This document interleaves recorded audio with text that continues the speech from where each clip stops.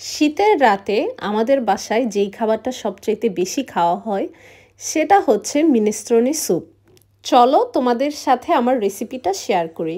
প্রথমেই গার্লিক আর অনিয়ন আমি অলিভ অয়েলের মধ্যে একটু ফ্রাই করে নিব। তারপর অ্যাড করে দিব আমার বাসায় যা যা ভেজিটেবলস ছিল।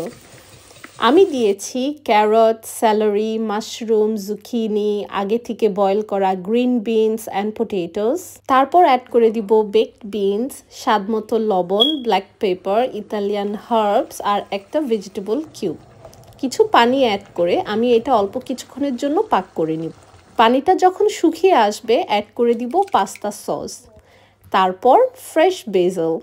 ফ্রেশটা না থাকলে তোমরা ড্রাইটাও ইউজ করতে পারো। তারপর আমি পরিমাণ মতো পানি দিয়ে এটা 15 to 20 মিনিটস কুক করে নিব। স্যুপটা একটু ঠিক করার জন্য আমি শেষে অ্যাড করে দিয়েছি কর্নফ্লাওয়ার আর পারমিজান চিজ। এইটা আমি গার্লিক ব্রেড দিয়ে সার্ভ করতে খুব বেশি পছন্দ করি। তোমরা যদি ট্রাই করো অবশ্যই জানাবে কিন্তু।